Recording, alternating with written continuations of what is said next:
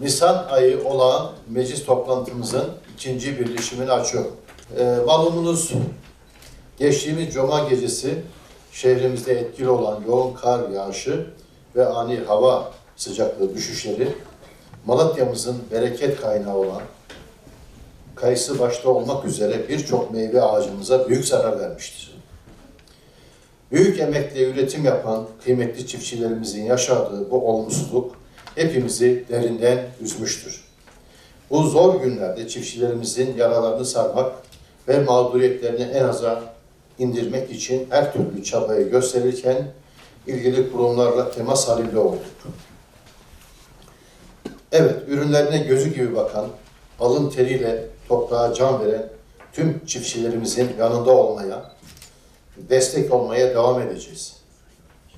Zarar gören tüm üreticilerimize geçmiş olsun dileklerimizi iletiyor. Cenab-ı Allah'tan emeklerinin karşılığını bol bereketle almalarını niyaz ediyorum.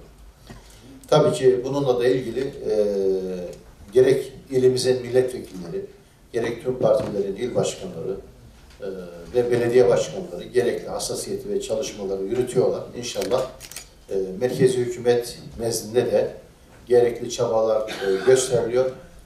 Umarım en kısa sürede Malatya'mız için, bu sadece Malatya'mız değil, 21 ilimizde bu don felaketi yaşandı.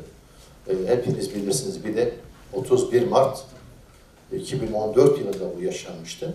İnşallah ben hükümetimizin de, bakanlarımızın da Malatya'mızla birlikte bu diğer illerimizin zirai don hadisesini görerek bunu telafi etmeleri için maksimum düzeyde bir çalışma başlatacaklarına inanıyorum. Tarımsal Hizmetler Müdürlüğü'nün Sayın Başkanım, değerli meclis üyeleri, 5393 sayılı Kanun 56. maddesi ve 5018 sayılı Kamu Mal Yönetimi ve Kontrol Kanunu 41. maddesi hükümlerine göre hazırlanan çalışma raporu geçen bir yılın faaliyeti kapsamaktadır.